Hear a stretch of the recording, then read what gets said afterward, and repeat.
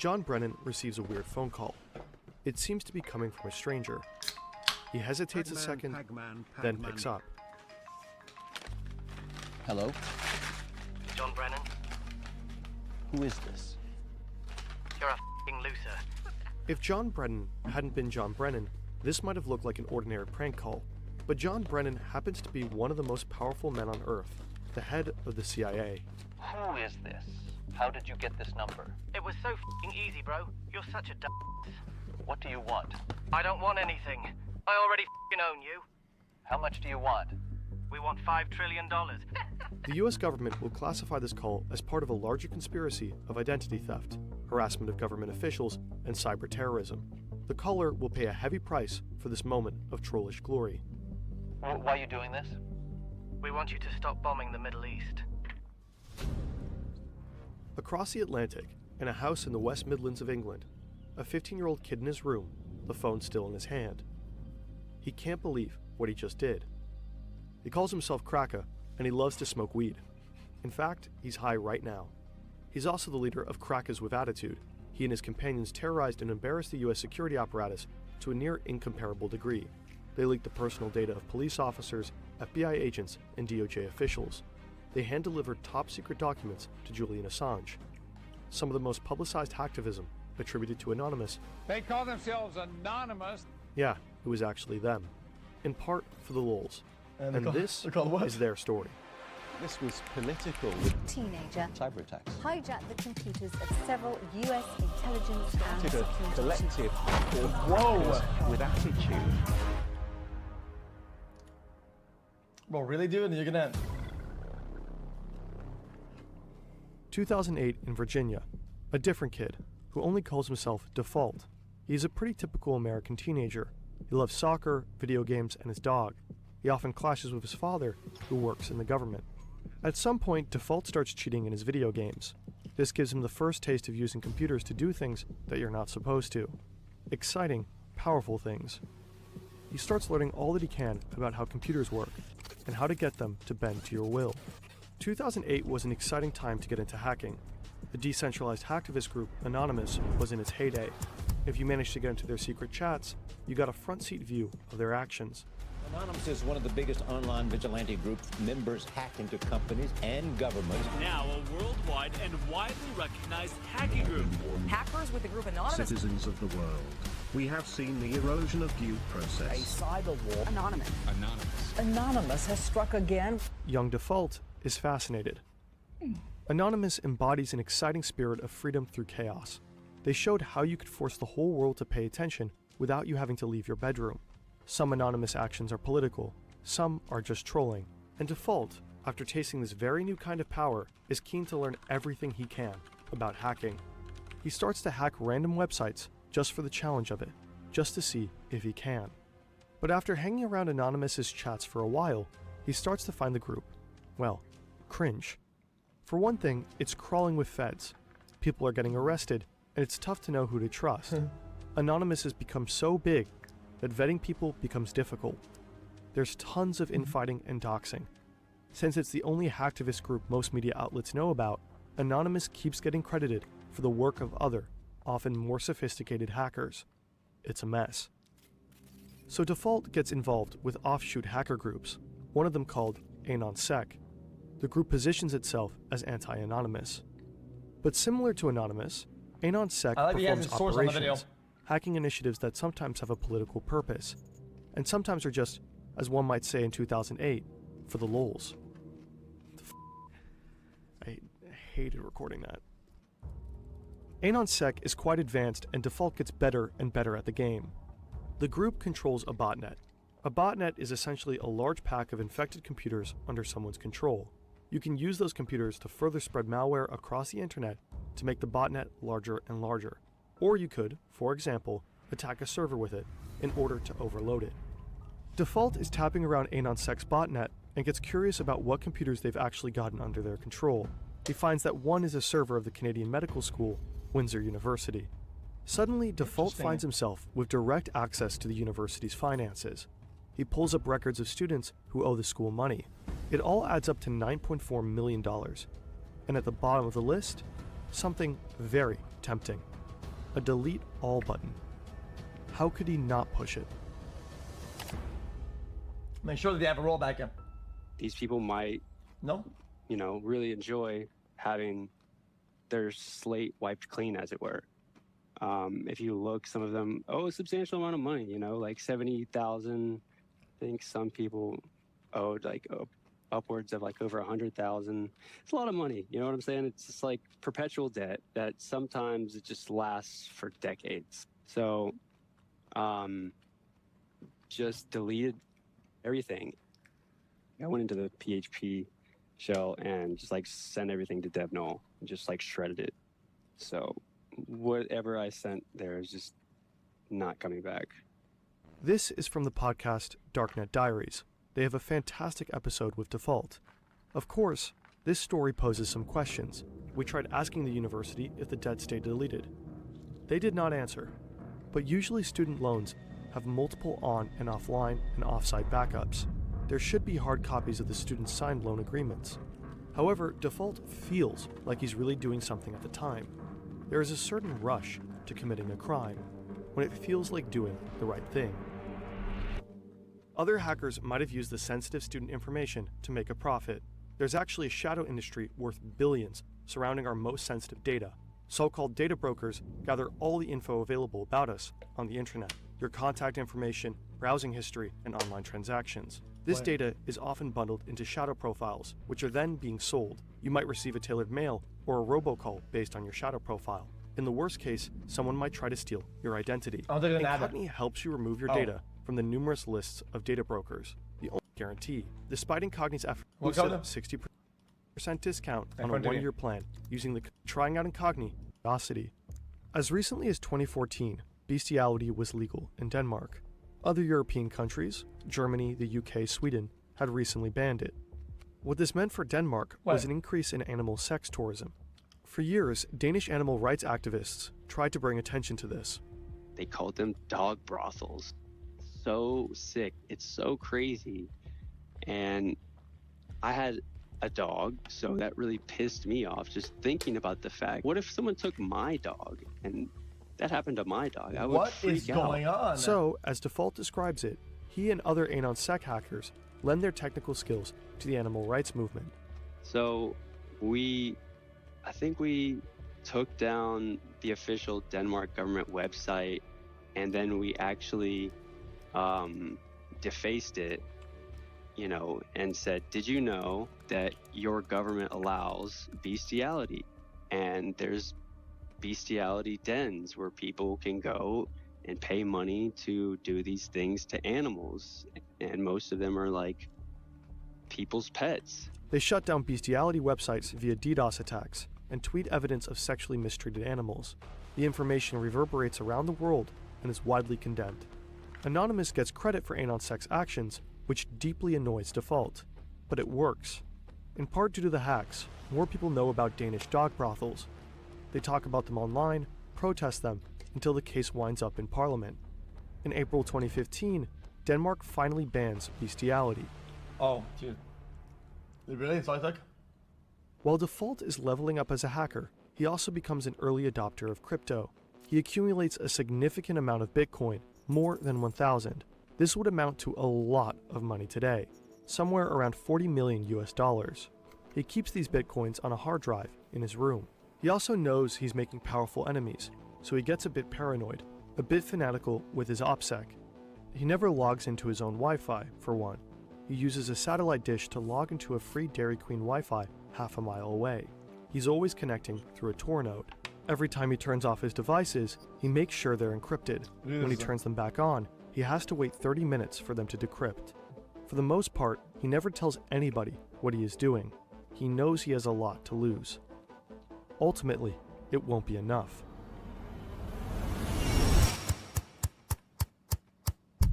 Oh, hello? Back in May 2013, a 29-year-old US intelligence contractor also has a lot to lose. He has his own home in Honolulu, a loving girlfriend, and a salary of over $200,000 per year. But he's discovered a huge secret, and it's too big to keep. The US government has the ability to spy on pretty much any man, woman, child on Earth who has come into contact with a computer. And this contractor, unwittingly, has helped make that technology possible. He's haunted by this information and horrified that his government is violating its public civil rights so egregiously. He knows that revealing this information to anyone, a lawyer, a judge, or even Congress, would be committing felonies so severe that he would spend a lifetime in prison. He's worried he'll never see his family again, and he doesn't know what consequences they'll encounter if he blows the whistle. But he has to do it. He's been quietly collecting evidence of this secret for a while, and he's just downloaded the last documents. He tells his employer, the US government, that he needs a couple of weeks off to manage his epilepsy. This buys him a bit of time to leave the country without arousing suspicion. He chooses Hong Kong because he views it as a bastion of free speech. He believes it's one of the few places in the world that could and would protect him from the wrath of the US government. There he meets journalists Laura Poitras and Glenn Greenwald and delivers evidence of what used to be waved off as a conspiracy theory. And so Edward Snowden becomes one of the most important whistleblowers of our modern time. Snowden's revelations scandalize the world and spark a long overdue debate about individual privacy versus national security. He inspires many young Americans like Default to take a good hard look at how their government functions. Default doesn't want to sit around and let surveillance happen to him. He wants high-ranking intelligence officials to know what it feels like to be spied upon, to have their private information stored and distributed, and to have it used against them. This is when he teams up with the Crackers with Attitude, founded by Cracker, the kid who's always high.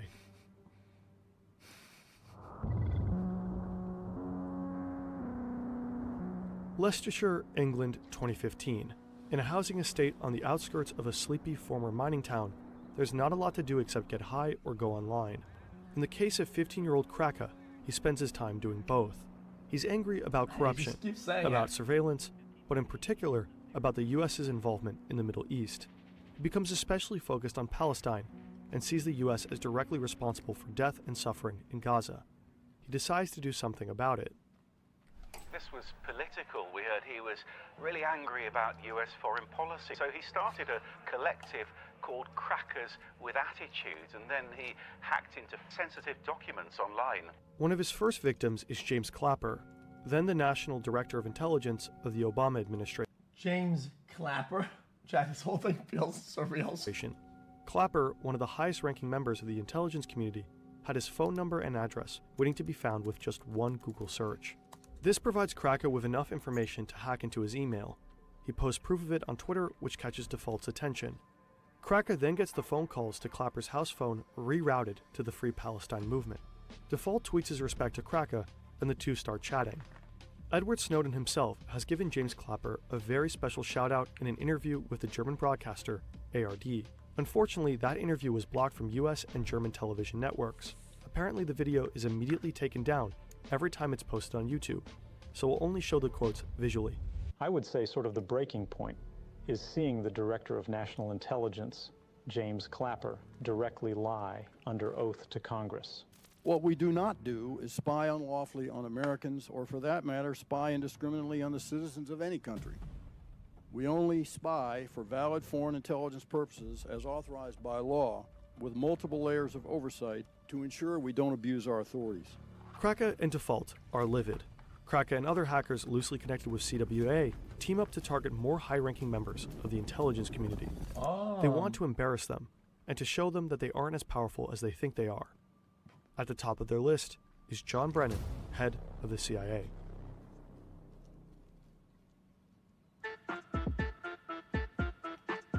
Brennan, like Clapper, has enough information online that he basically doxes himself. Cracker looks up his publicly posted phone number and finds out it's a Verizon number. He calls up Verizon's internal tech support and pretends to be an on-site technician who's having trouble helping a customer on site. Tech support asks Cracker for his employee code, and he just makes one up on the spot. It works. The support technician provides Cracker with access, and suddenly he has the account number, the PIN, and John Brennan's private email address. If you have just enough information on someone, pieced together from different sources, say their address and last 4 digits of their social security number, you can easily change the passwords on all kinds of accounts and take... These days, chat, the hacking people do, that's like 99% of it, okay? The hackers, okay, they just fucking spam the fucking phone lines over and over again until they get a fucking like tier 1 doesn't employ, he doesn't follow his fucking protocol and just fucks it up. It's just what it is. Take it over. And that's exactly what Kraka does with Brennan's AOL account.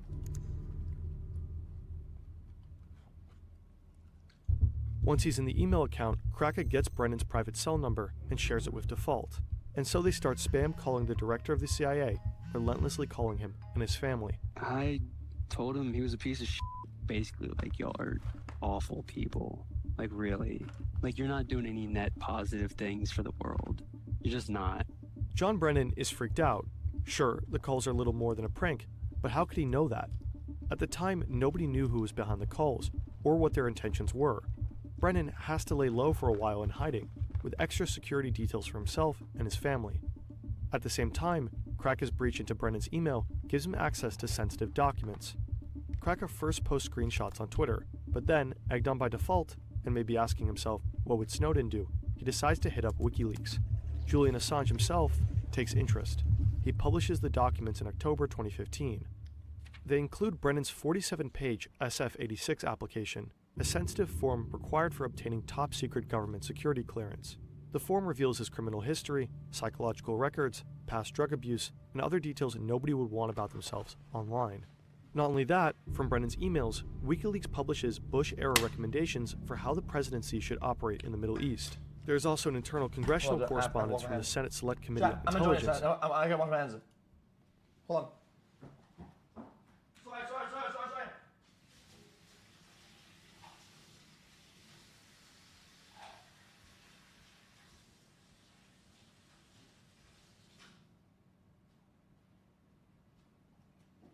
Sorry.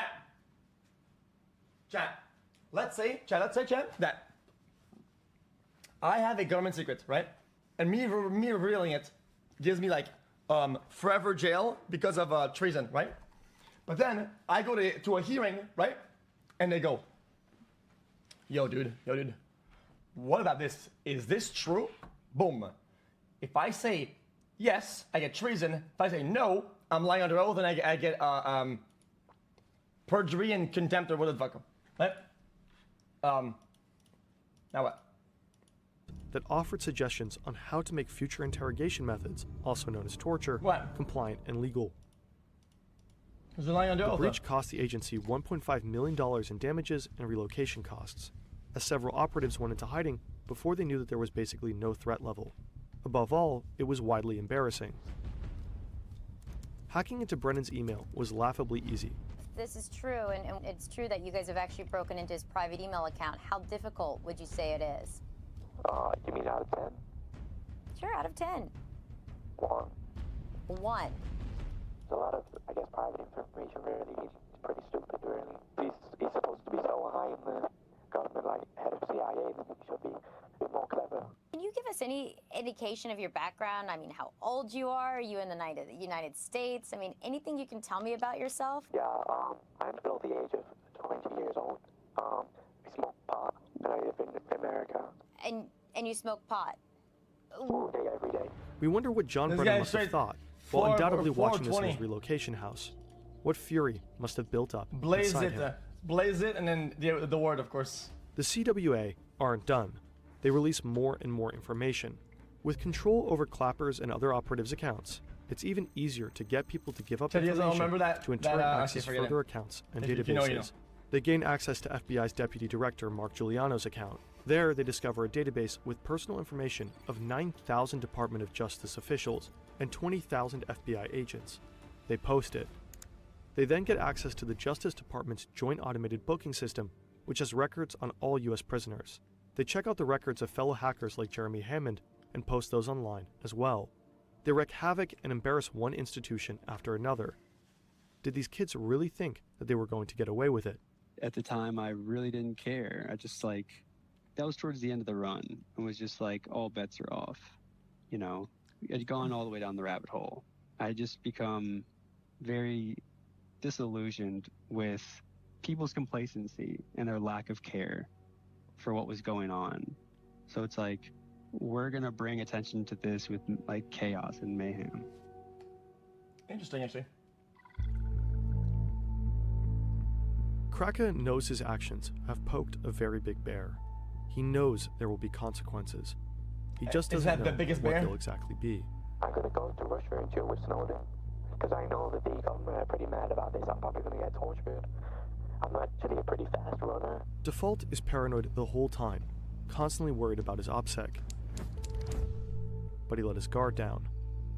Default became involved with an ex-girlfriend of one of his friends.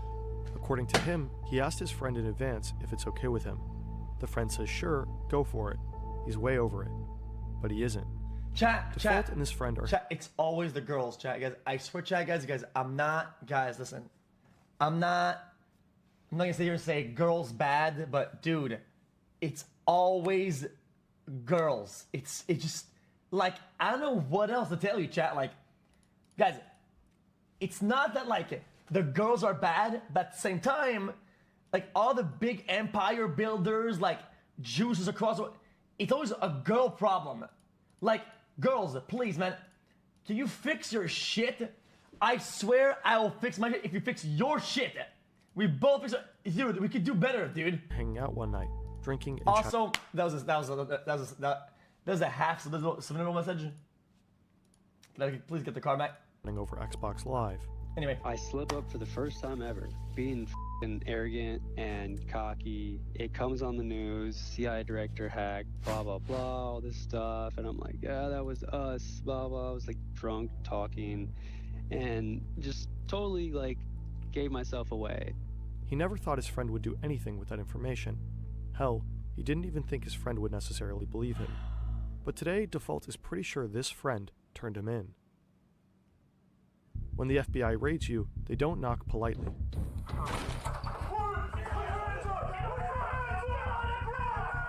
FBI agents enter Default's room just as his computer finishes decrypting. They are pointing assault rifles in his face. They drag him out of his room, flash copy his hard drive before it re-encrypts, and seize all of his equipment. Default knows he's finished, but the worst part, watching the agents carry off his hard drive. The hard drive with nearly 1,000 Bitcoin. He blacks out. Chat, I feel like Kraka, too, gets ready. Chat, you'd wear like a necklace or whatever, like some iced out shit, right? And it has like a, you know, like a old people, like I've fallen that can't get out there, like life alert, and you just go, boom, and it just fries your shit. Like, it either re-encrypts or it just fries all your shit. It's a code. All the things that you do have out there that you code with it, right? They just all go down. You go, boom, sup, bitch ass. By the British police forces, and his computers are confiscated.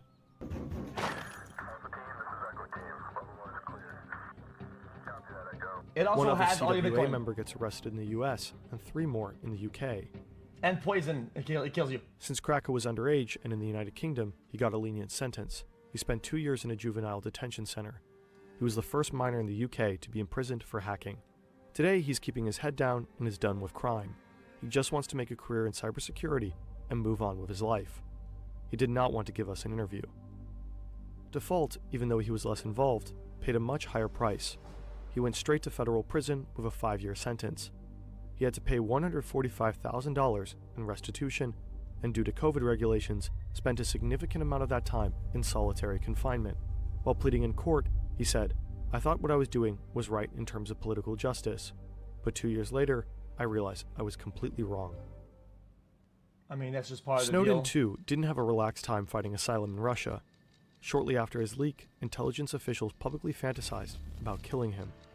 Whether you're a principled whistleblower who truly understands the significance of what you're leaking, or a stone teen furious at the world's injustices, messing with the US government will change the course of your life forever. So make sure it's worth it. In December 2023, the Biden administration renewed a very controversial surveillance program. The act allows the administration to spy on anyone in the world without warrant, including its own citizens. It includes a vast database of electronic communications. It's supposed to be accessed only when there's a legitimate reason to believe it will assist intelligence operations. But a US court ruling in 2023 found that the FBI has already misused this database 278,000 times.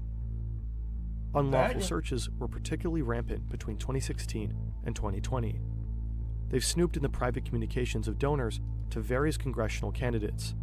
They've been watching suspected January 6 rioters, and they've also been surveilling Black Lives Matter protesters. Maybe They're even surveilling us. So what?